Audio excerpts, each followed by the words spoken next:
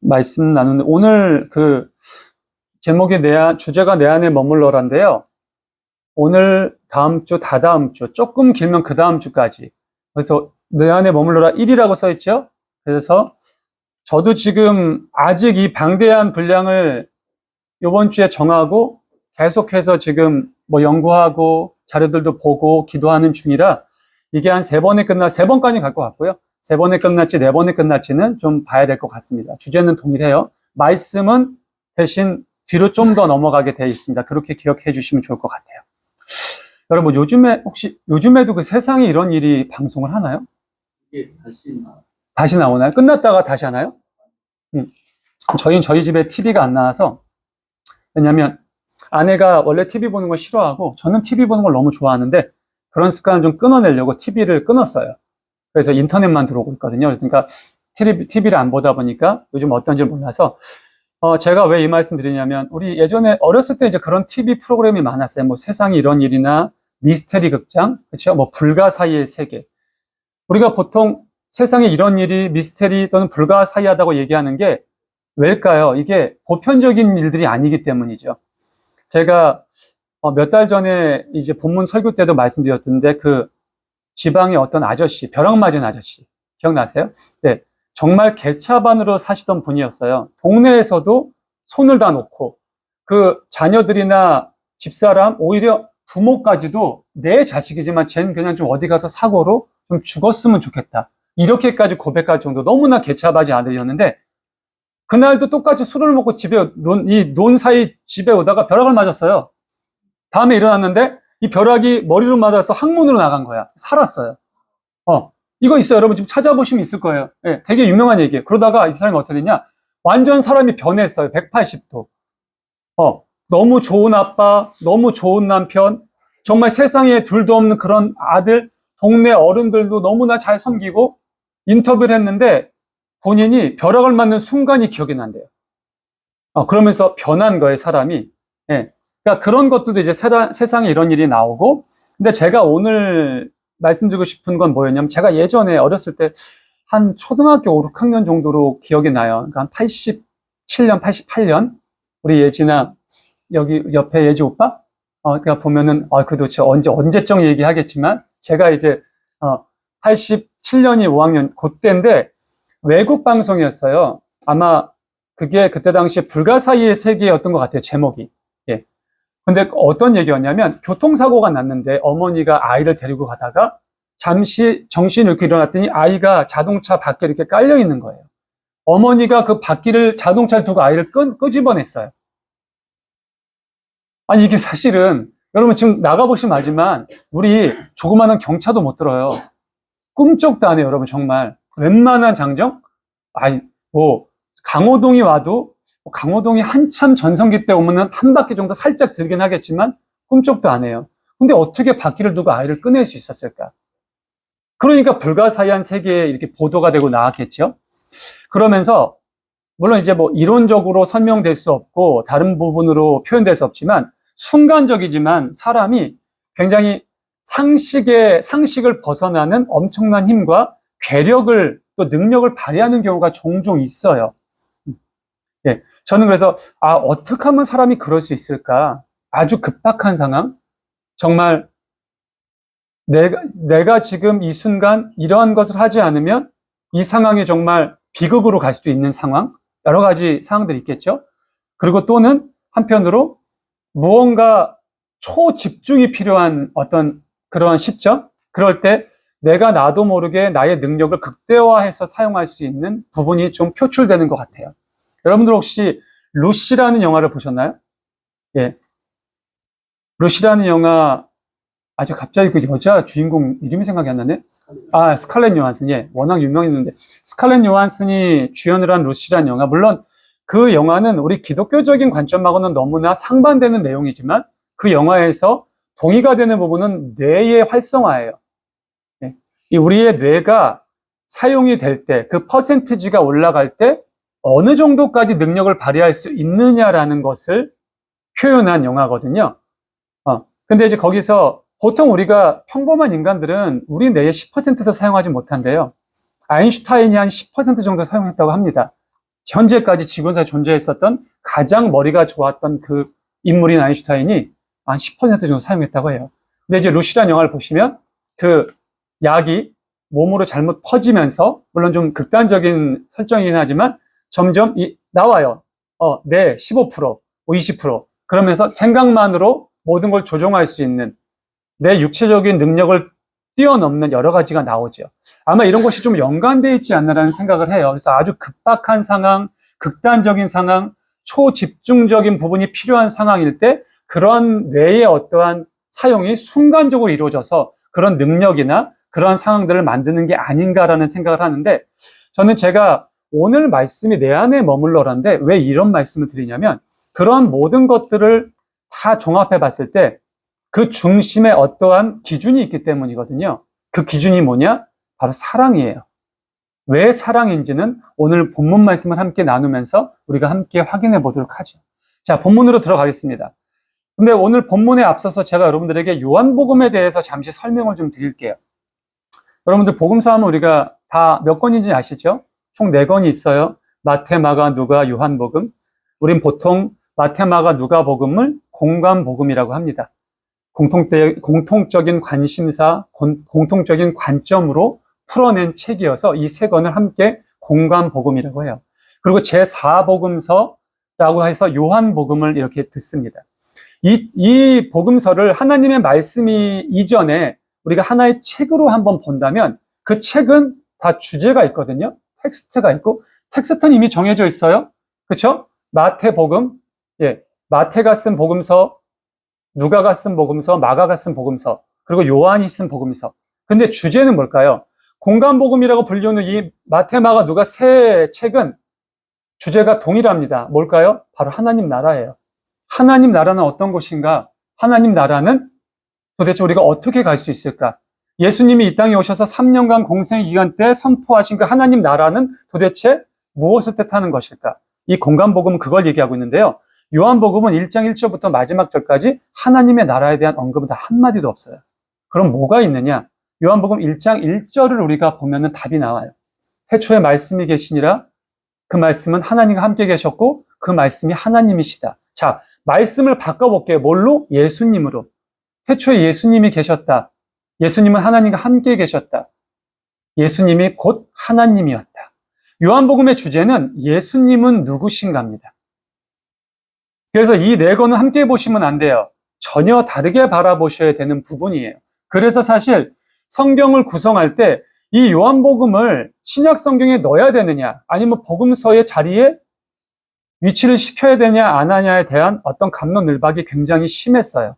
지금도 사실 극단적인 신학자들 중에서는 요한복음은 그냥 좀 외경이나 위경처럼 바라보는 신학자들도 없지 않아 있어요. 하지만 우리는 지금 어찌됐건 66권이 집대성되어 있는 이 성경 전설을 우리의 경전으로 바라보고 있으니까, 그래서 여러분들이 복음서를 읽을 때 이런 부분이 있구나, 공관복음은 주제가 이것이구나, 요한복음은 예수님은 누구신가에 대해서 우리에게 말씀해주고 계신 거구나라고 좀 마음속에 담고 그런 지식을 좀 가지고 말씀을 보시면 좀 더 말씀이 수월하게 들어오실 거고, 오늘 말씀 또한 그런 부분에 대해서 좀 입각해서 말씀을 함께 나누시면 좋을 것 같습니다.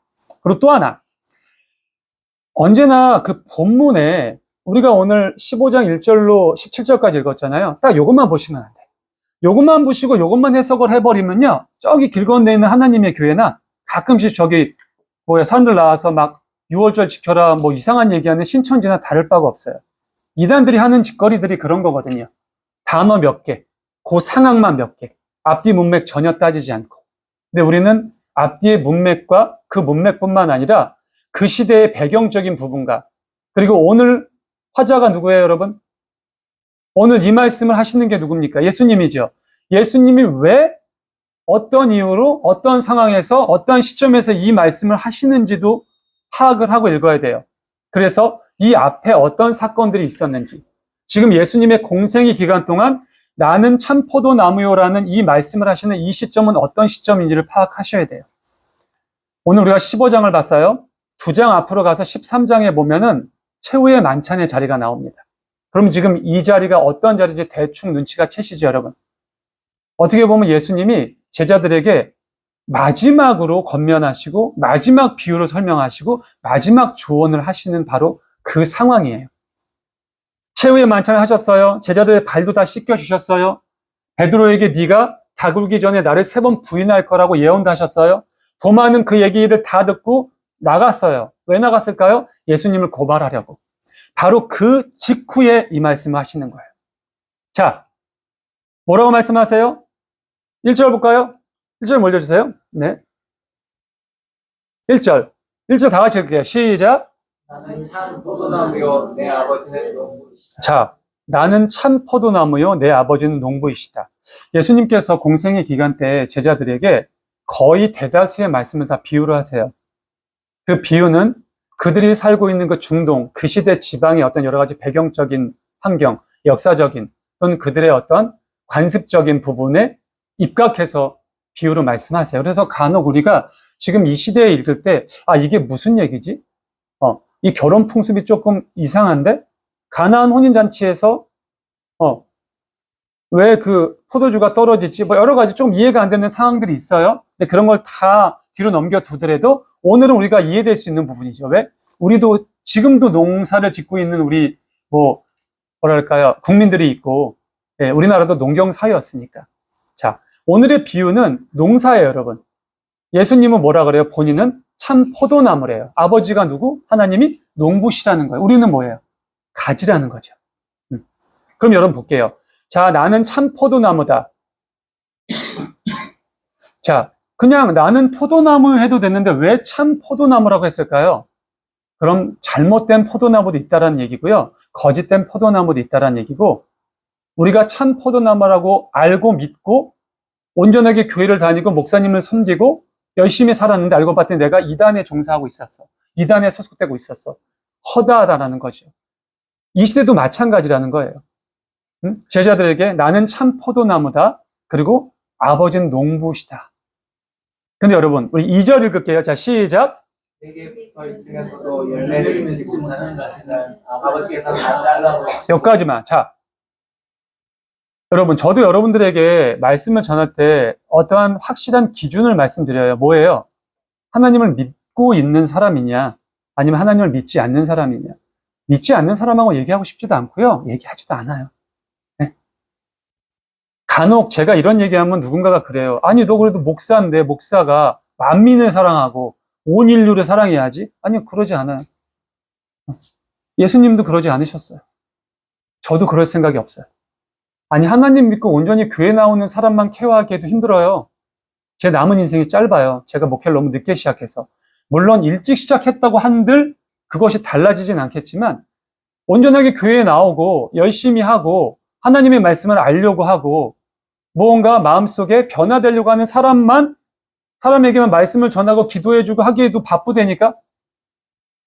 근데 뭐 믿지 않고 하나님을 조롱하고 그냥 자기 뜻대로 살고 자기가 신이고 세상에 미신해서 이리저리 저리 흔들어하는 사람 별로 상대하고 싶지 않아요. 오늘 그 말씀 하시는 거예요, 예수님이. 야, 나 참 포도나무야. 근데 세상에 거짓 포도나무도 있어. 이상한 나무들 많아. 근데 신경 쓰고 싶지 않아. 그게 2절에 나와요. 자, 내게 붙어 있어. 자, 보세요, 여러분. 너희들 지금 나한테 붙어 있어. 어디에 붙어 있는 거예요, 여러분? 참 포도나무에 붙어 있는 거야. 근데 여러분, 참 포도나무에 붙어 있다고 끝나는 게 아니에요. 참 포도나무에 붙어 있으면서도 뭐라고요? 열매를 맺지 못하면 누가? 농부이신 하나님이 잘라버린다고. 아까 지금 중간에 뭐라고 나와, 여러분? 열매 맺지 못하는 나무는 잘라져서 어떻게 된다고요? 불에 살라 태워진다고요. 그게 뭘 뜻해요? 지옥불에 던져진다는 뜻이에요. 그러니까 가끔 착각들을 많이 하세요. 내가 지금 교회를 잘 다니고 있고 목사님의 말씀도 잘 듣고 시간 날 때 기도도 드리고 말씀도 봐. 근데 열매가 안 맺혀. 그러면 농부이신 하나님께서 어느 순간 이제 전지 작업을 하시는 거죠. 따라가서 이게 열매 안 맺네? 잘라버리고.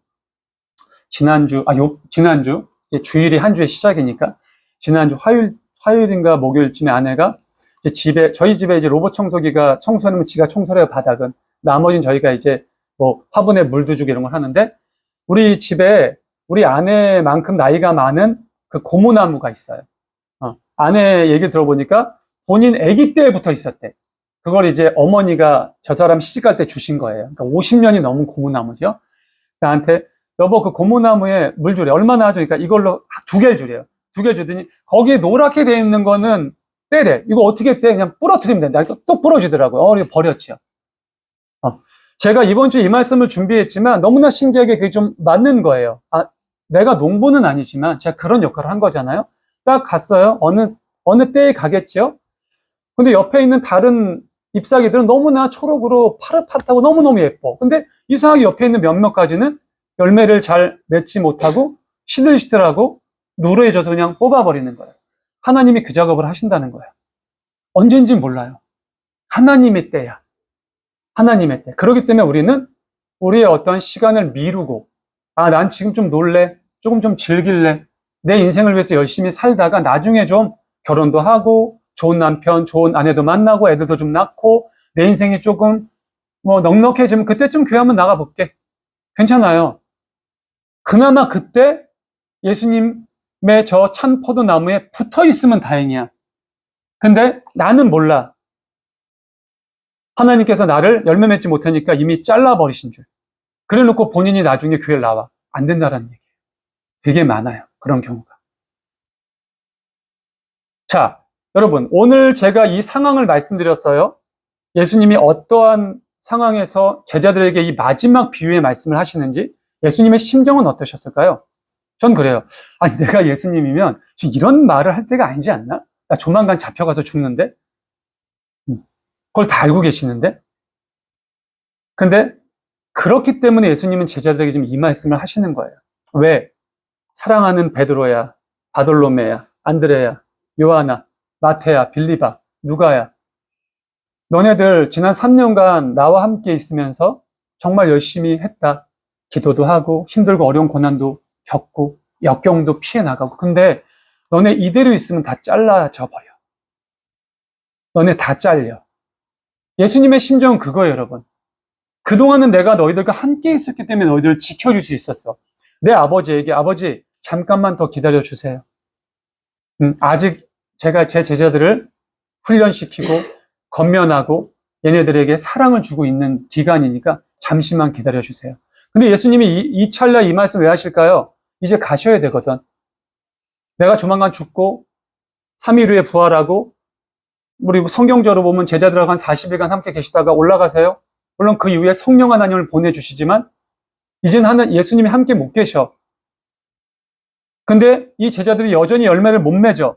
그럼 하나님이 가차없이 잘라버리시거든. 여러분 사람 많아요. 70억 인구가 넘는데 나 아니면은 내가 이 자리 안 하면은 하나님 만약 제가 이 자리가 싫어서 제가 떠나면 하나님은 저를 내치시고 다른 사람을 세우세요. 꼭 내가 아니어도 돼요. 상관없거든요. 예수님도 어떻게 보면 비슷한 심정이었을 거예요. 3년 동안 얘네들이랑 공생의 기간 동안 함께 있었는데 깝깝해 죽겠어. 마음속에 바라는 거는 높은 자리. 내가 능력이 있고 무리를 걷고 죽은 자를 살리고 5천 명을 먹이고 하는 걸 보니까 진짜 우리 이사야 예언자 조상 엘리야 조상이 부활했구나. 다시 나타났구나. 드디어 이 로마 군정을 밀어내고 저분이 왕이 되실 때가 얼마 안 남았구나. 그러면 내가 옆에 한 자리 차지하겠지. 최소한 내가 국방부 자리 정도는 앉겠지. 이런 마음들밖에 없는 거예요. 그렇게 3년 동안 하나님 나라가 어떤 것인지 선포하고 하나님 나라에 대해서 가르쳤는데도 머리가 깨질 못해. 똑같아요, 여러분. 우리도 달랠 거 없어요. 더하면 더하지 못하겠어요. 저희가 12제자만 하겠습니까? 11제자죠, 정확히. 도마는 빠져나갔으니까. 보세요, 여러분. 자, 도마를 보면 알아요. 도마가 그럴 걸 알았어. 예수님께서 도마야, 너 마음속에 악함이 있다. 그러면 안 된다. 너 그래도 나랑 같이 그동안 3년 동안 열심히 했지 않냐? 너 더욱이나 열혈 당원하지 않냐? 이 나라의 독립과 이 나라의 자유를 위해서 목숨 걸고 싸웠지 않냐? 그러지 마라. 그런 어떤 사단의 꾀임에 넘어가지 마라. 왜 예수님 이 말씀을 안 해주셨을까요? 가끔 그런 생각을 해봐요. 그랬으면 도마가 돌이킬 수 있지 않았을까요?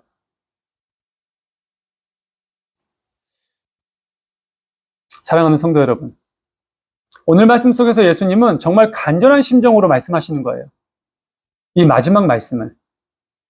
내가 참 포도나무인데 너희들 지금 나한테 잘 붙어 있었는데 붙어만 있으면 안 돼. 붙어만 있다고 해결되는 게 아니야. 열매가 맺혀져야 돼. 그러면 이렇게 물음이 들어오겠죠. 자, 도대체 열매는 어떻게 맺혀지는 거야? 그 열매는 뭐야? 볼게요, 여러분. 자, 내가 하나님 앞에 왔어. 무릎 꿇고 고개 숙여서 나의 과거의 잘못을 다 뉘우치고 거듭났다고 칩시다. 응? 온전하게 주일 성수하고, 네? 온전하게 주님 앞에서 하나님의 제자답게, 백성답게, 자녀다운 생활을 했어요. 그거는 변화지 열매가 아니에요. 그것은 내가 거듭나는 거지 열매가 아니라는 거예요. 열매는 많은 부분들이 있을 수 있죠. 뭐 전도가 될 수도 있고, 그 전도뿐만 아니라 어떤 게 될 수 있느냐면, 여러분, 오늘 우리 이주영 성도 기도에서 그게 나오죠. 선한 영향력을 미쳐야 된다. 자, 선한 영향력이라는 게 뭘까요, 여러분? 영향력이라는 것은, 그 역은 어떠한,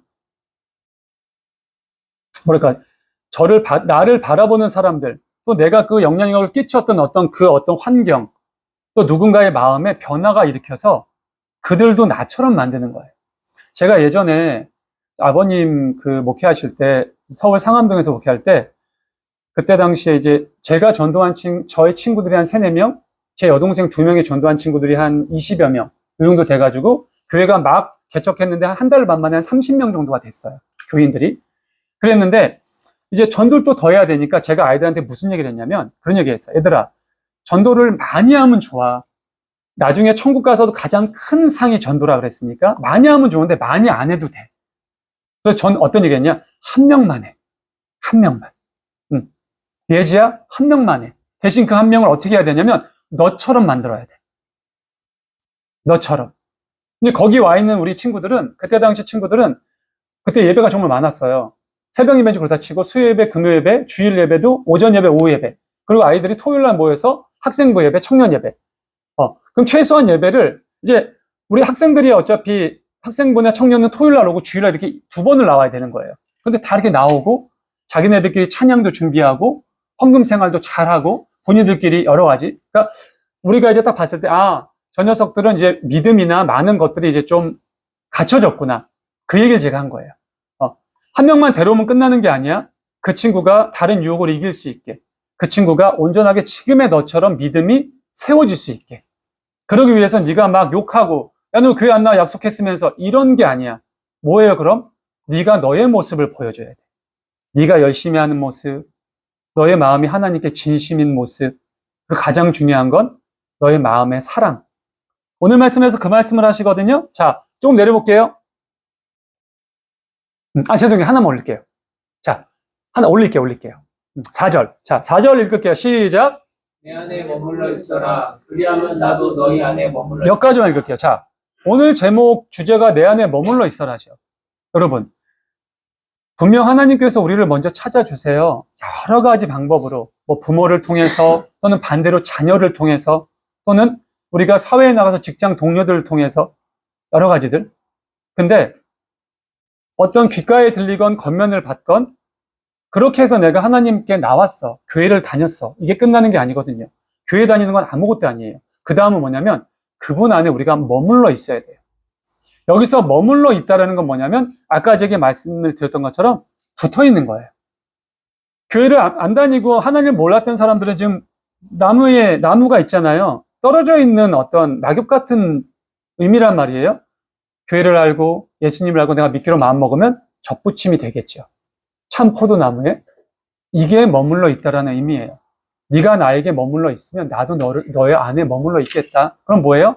너에게 공급해주고 나의 이 나무와 뿌리를 통해서 너에게 양분도 주고 하겠다.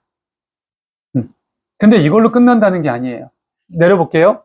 7절 갈게요. 7절. 자, 7절 읽을게요. 시작. 너희가 내 안에 머물러 있고 내 말이 너희 안에 머물러 있으면 너희가 무엇을 구하든지 다 그대로 이루어질 것이다. 아멘. 자, 우리가 예수님께 머물러 있고 예수님의 말씀이 우리 안에 머물러 있으면 우리가 구하는 것 뭐든지 다 이루어주겠다. 특히 어떤 한 부분만 보고 설교를 하시는 분들, 또는 한 부분만 읽고 내가 듣고 싶은 것만 말씀을 읽고 그렇게 되기를 바라는 기도를 드리는 성도분들 중에서, 자, 구하라 그러면 구하여진다, 찾아라 그러면 찾게 된다, 두드리라 그러면 다 열려주겠다. 구하는 것마다 구할 것이요, 찾는 것마다 찾게 될 것이요, 두드리는 문마다 다 열어질 것이다. 근데 뭘 구해요? 명예, 돈, 나의 어떤 비전, 내가 갖고 싶은 거, 내가 원하는 꿈, 그거 구하고 찾고 두드리라는 게 아니에요, 여러분. 여기서의 말씀도 마찬가지예요, 여러분. 너희들이 무엇을 구하든 다 이루어 줄게. 그게 그런 걸 구하라는 얘기가 아니에요. 뭐라고 말씀하세요? 너희는 먼저 그의 나라와 그의 의를 구해라. 이걸 얘기하는 거예요, 여러분. 하나님께서 성경 말씀에서 얘기하는 기준이 여러분, 우리가 이 세상을 살면서 누리고 싶은 명예나 돈이나 건강 따위는 안중에도 없어요. 왜? 그런 거는 정말 하찮은 거거든. 아무것도 아니야, 아무것도 아닌 거. 예전에 어떤 드라마에서 돈에 대한 이야기를 할 때 제가 그 드라마가 아직도 마음속에 굉장히 저의 어떤 돈에 대한 기준을 만들어줬거든요. 돈이 많으면 좋은가? 글쎄, 그러니까, 야, 돈은 그냥 뭐 구차하지 않을 만큼만 있으면 되는 거 아니야? 저는 동감. 전 100% 동감. 근데 지금 이 세상 사는 사람 안 그렇죠. 많으면 많을수록 좋다 그러고, 더 많으면 더 가지려고 그러고. 여러분, 돈은 정말 구차하지 않을 만큼만 있으면 돼요. 구차한 건 뭐예요? 여러분, 내가 누구한테 꿔야 되고, 빌 붙어야 되고. 그래서 잠언에 어떤 기자도 그런 얘기 하잖아. 내가 죽기 전에 하나님이 2가지 소원을 하나님께 기도드린다? 꼭 이루어졌으면 좋겠다. 하나는 뭐예요? 허위와 거짓말을 내게서 멀리 있게 해주시고, 하나는 뭐예요? 나를 가난하게도 부하게도 하지 마셔라. 내가 혹시 가난해서 하나님이 보셨을 때 하나님의 백성으로서 주변 사람들에게 손가락질 받지 않게, 그리고 내가 너무 부해서 하나님이 누구냐라고 하지 않게. 돈은 다 그만큼만 있으면 돼요. 그래서 하나님의 기준, 예수님의 기준은 먹고 마시고 입는 거에 있지 않다니까? 근데 여전히 우리는 먹고 마시고 입는 거에 있는 거예요. 그러니까 구해도 찾아도 두드려도 안 열리지, 안 찾아지고 안 구해지죠. 여러분, 그거는 내 능력 밖의 일이잖아. 제가 예전에 한번 설명드렸잖아요. 내가 가지고 있는 스펙, 내가 가지고 있는 능력, 내가 가지고 있는 환경이, 내가 정말 열심히 일했을 때 한 500만 원 벌어. 근데 내가 막 기도를 하면 하나님이 한 3천만 원 벌게 해주실까? 그렇지 않다란 얘기. 근데 자꾸 그런 걸 구해. 자꾸 그런 걸 찾고. 별로 일은 하고 싶지 않은데 돈은 좀 많이 들어왔으면 좋겠어. 내가 노력은 잘 안 해. 나는 잘 가꾸지도 않아. 나에 대해서 어떤 여러 가지를 하지 않는데 좋은 배우자 만났으면 좋겠어. 이게 무슨 놀부심보예요. 그래서 하나님 말씀하시는 거야. 먹고 마시고 입는 거에 대해서 구하지 마. 그런 거 쓸데없이 생각하지 마. 너희는 먼저 그의 나라와 그의 의만 구해. 그러면 그 나머지 것도 그냥 덤으로 줄게. 덤으로. 덤으로 줄게. 덤으로. 그 말씀하시는 거예요. 오늘 마찬가지예요. 야, 너희들 내 안에 머물러 있어. 아까 지금 붙어 있었죠, 여러분? 여기서 풀어주세요. 좀 바뀌었죠, 말씀이. 나의 말이 너희 안에 머물러 있으면 말이라는 걸로 바뀌었어요. 너희가 무엇을 구하든지 다 이루어질게. 자, 하나 더 내려볼게요. 자, 10절 읽을게요. 시작. 너희가 내 계명을 지키면 내 사랑 안에 머물러 있을 것이다. 그것은 마치 내가 내 아버지의 계명을 지켜서 그 사랑 안에 머물러 있는 것과 같다. 아멘. 자, 여러분. 예수님께서 말씀하신 내 말이 너희 안에 머물러 있다는 것은 바로 계명을 뜻해요. 어떤 계명? 하나님께서 내려주신 그 계명. 모세에게 주신 율법 몇백 가지 조항? 그럴 수도 있고요. 우리가 여러분 찬송가 맨 뒷이면 10계명이었죠? 그 10개의 조항일 수도 있어요. 그런 거 아니에요. 여기서 예수님이 명확하게 말씀하시죠. 내 말이, 내 계명이. 예수님이 이 땅에 오셔가지고 율법을 완성하세요, 여러분. 율법 조목조목을 설명하지 않으세요. 딱 한 가지로 율법을 정리하셨죠. 뭐예요? 사랑이에요, 사랑. 사랑이에요. 그래서 오늘 말씀하시는 거예요.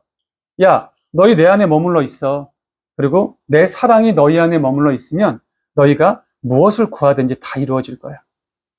내 계명을 너희가 지켜. 그 사랑을 너희가 지켜.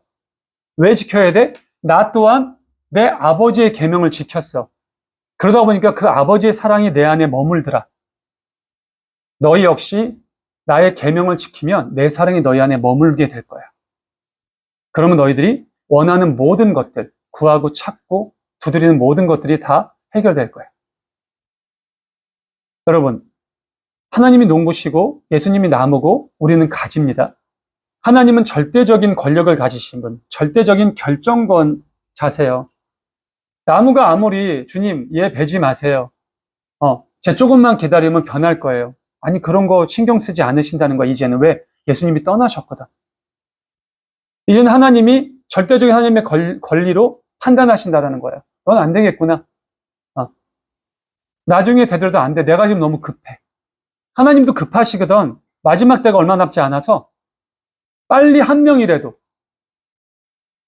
여러분, 잔치가 벌어졌어요. 아침 일찍 나가서 사람을 데려왔어요. 주인이 와보니까 아니 왜 이렇게 사람이 없어? 빨리 나가 또 데리고 와. 점심때 갔어요. 또 데리고 왔어요. 근데도 너무 모자라. 빨리 데리고 와. 저녁 때 갔는데 없어요. 이제 시간이 얼마 안 남았어. 야, 지금 빨랑 나가가지고 아무나 데리고 와. 기억나세요, 이 말씀? 지금 여러분, 아무나 데리고 오는 시기.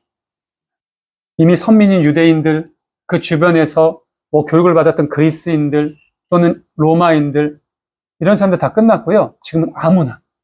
얼마 안 남았거든. 그래서 지금 저 나무에, 예수님께 붙어 있는 그 나무에 구원받을 그 가지들에 쓸데없이 열매 맺지 못하고 보기에도 이쁘지 않게 하는 그러한 가지들은 다 내쳐지고 있는 상황이에요, 지금 현재. 그러다 보니까 예수님이 얼마나 지금 어떤 심정이겠어요. 내가 이대로 떠나고 이 얘기를 안 하고 이거를 깨닫지 못하면 내 제자들 다 처지게 생겼는데. 그래서 말씀하시는 거예요. 나는 참 포도나무다. 그리고 너희는 가지다. 내 아버지가 농부시고. 근데 너희들 그동안 내 곁에서 잘 붙어서 나의 사역을 받고 내가 선포하는 하나님의 나라에 대해서 깨달았는데 그걸 너희가 실천을 못해. 그러니까 열매가 맺지 못해. 그러면 안 돼. 정말 그러면 안 돼. 큰일 나. 제발 부탁이니까 너희들 깨달아야 돼. 열매를 맺어야 돼. 열매 맺는 방법이 뭐냐고? 너희들 내 사랑 안에 머물러야 돼. 그리고 그 계명을 지켜야 돼. 뭐야? 사랑해라. 내가 너희를 사랑했던 것처럼 너희도 서로 사랑해라. 제가 사실은 오늘 동영상을 좀 준비하려다가 못 찾았어요, 그 짤을. 그게 아마 좀, 뭐랄까, 뭐죠? 아직은 그 저작권에 걸려있는 것 같기도 하고, 그 짤만 빼내는 게 좀 어려워서. 여러분도 혹시 반창고라는 영화 아세요? 모르세요? 반창고라고, 남자 주인공은 고수고 여자 주인공은 한효주 씨가, 알겠지, 뭔지. 한효주 씨가 의사고 고수는 극 중에 이제 소방대원인데, 이제, 두 사람이 어떠한 여러 가지 인연으로 해서 사랑을 이루어지는 그런 영화예요. 거기서 극 중에서 고수가 아내를 잃어요. 어떤 사고로 인해서. 근데 그걸 못 구했다는 자기 죄책감도 있고, 왜냐면 소방대원이었으니까. 그걸로 인해서 마음을 닫고 살아가다가 한효주가 그 고수에게 사랑을 고백하는데 웬만해서 흔들린 남자가 아니야. 근데 어느 날 자기 그 룸메이트인 여자친구랑 같이 장을 보는데 그 장면에서 제가 너무나 어마어마한 대사를 들어요. 딱 오다가 그 친구가 그래요. 야, 그게 어떻게 됐냐? 어떻게 넘어올 것 같아? 그러니까 한효주가 무슨 말을 하는지 아시죠, 여러분? 야, 내가 진정으로 사랑하면 지가 뭐 별 수 있겠어? 딱 그런 대사가 나와요. 제가 그걸 보면서 와, 저거 누가 썼을까, 저 대사를. 지금 저 상황에서 저 대사를 누가 썼을까? 여러분, 예수님이 오늘 제자들에게 말씀하시는 게 그거거든요. 진정한 사랑이에요. 한 명 전도했어. 그게 끝이 아니야. 내가 정말 이 사람을 사랑한다면 오늘 11절입니다. 11절 함께 읽을게요. 시작. 내가 너희에게 이러한 말을 한 것은 내 기쁨이 너희 안에 있게 하고 또 너희의 기쁨이 넘치게 하려는 것이다. 여러분, 오늘 말씀의 진짜 주제는 이거예요. 예수님께서 나는 참 포도나무에 너희는 가지야. 내 안에 붙어 있다고 해서 다 구원받는 게 아니야. 붙어 있어도 열매를 맺지 못하면 다 찍혀버리고 불살라져. 근데 내가 너희를 보니까 내가 그냥 떠나면 너희 다 찍혀져서 불살려질 것 같아. 나는 너희를 너무너무너무 사랑하거든. 갑자기 노래할 뻔했어. 아이유아이 노래. 아세요? 예지 알아? 나 그 노래가 너무 좋은 거야. 제가 또 목회자가 여기서 그거 부를 수는 없고 너무너무너무너무 사랑하는 거예요. 그래서 이걸 가르쳐 줄 수밖에 없는 거야. 내가 곧 떠날 거야. 내가 떠나면 너희들이 그동안 느끼지도 못하고 알지도 못하고 만나지도 못했던 엄청난 고난과 역풍과 아픔이 올 거야. 그럼 100% 다 잘려나가게 돼 있어요, 여러분. 못 이겨. 코로나 때 보셨잖아요. 그 별것도 아닌 전염병 가지고 예민해가지고, 예? 전 세계가 속된 말로 우리 국민들을 개돼지로 알아가지고 가지고 놀았던 그 사건을 가지고 아무것도 아닌 그 감기 따위 가지고. 자, 볼게요, 여러분. 자, 그럼 그때 그렇게 난리 쳤던 건 지금 왜 난리를 안 쳐?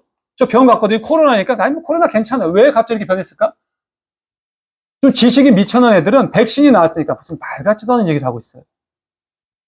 그렇게 당하고도 모르나? 아무것도 아닌 거? 진짜 아무것도 아닌 거 가지고? 그냥 쇼 한 거잖아요. 이제 다 알잖아요, 뭐.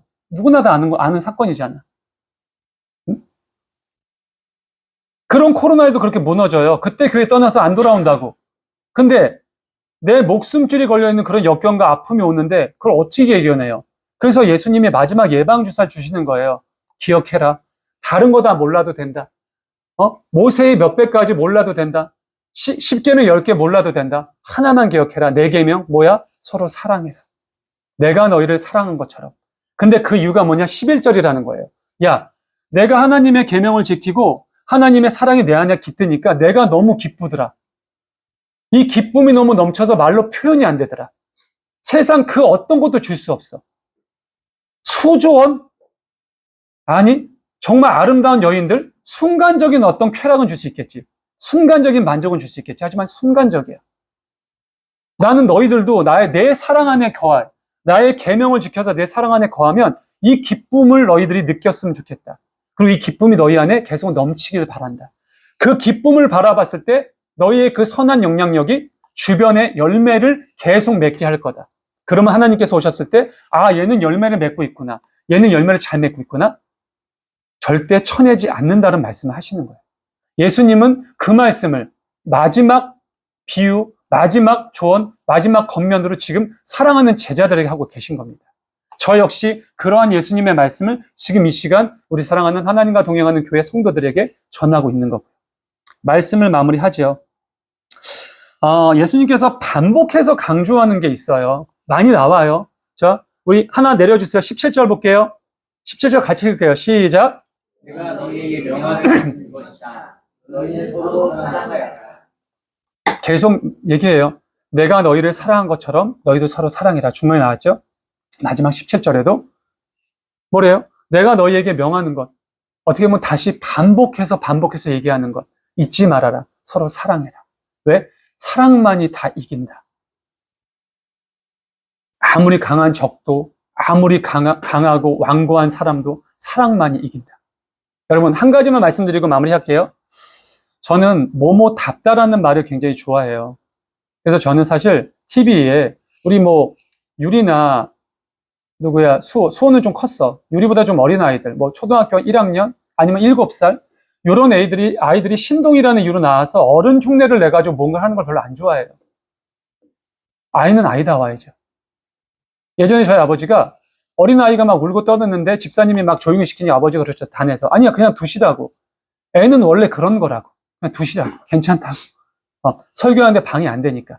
그냥 두시라고. 그리고 애가 설교 중에 돌아다녀도 그냥 내버려 두시라고. 다만 애가 혹시 위험해지지 않나 그것만 보시라고. 저도 거기에 굉장히 동감하는 사람이거든요. 왜? 그게 아이다운 거예요, 여러분. 근데 만약 어른이 그러면 그건 안 되지. 경을 쳐야죠. 다 큰 애들이 때와 장소도 구분 못하고 복장도 그렇고 언행도 그렇고 몇 번을 얘기하죠. 화장실 미리 갔다 오라고. 몇 번 얘기하죠. 물 미리 먹으라고. 몇 번 얘기했죠. 커피 마시고 싶으시면 미리 오라고. 근데 임박해서 와가지고 화장실 갔다 오고 임박해서 와가지고 물 따라 마시고 커피 따라 마시고. 왜? 소리 나잖아요.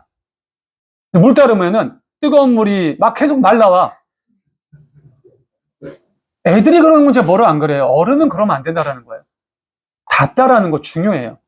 여러분, 목사면 다 목사예요? 목사다워야 목사인 거야. 부모면 다 부모인가? 부모다워야 부모인 거지. 무슨 말씀 이해되세요? 물론 그렇다고 부모답지 않다고 부모를 막 비난하고 욕하라는 게 아니에요. 그럼 우린 뭘 해야 돼요?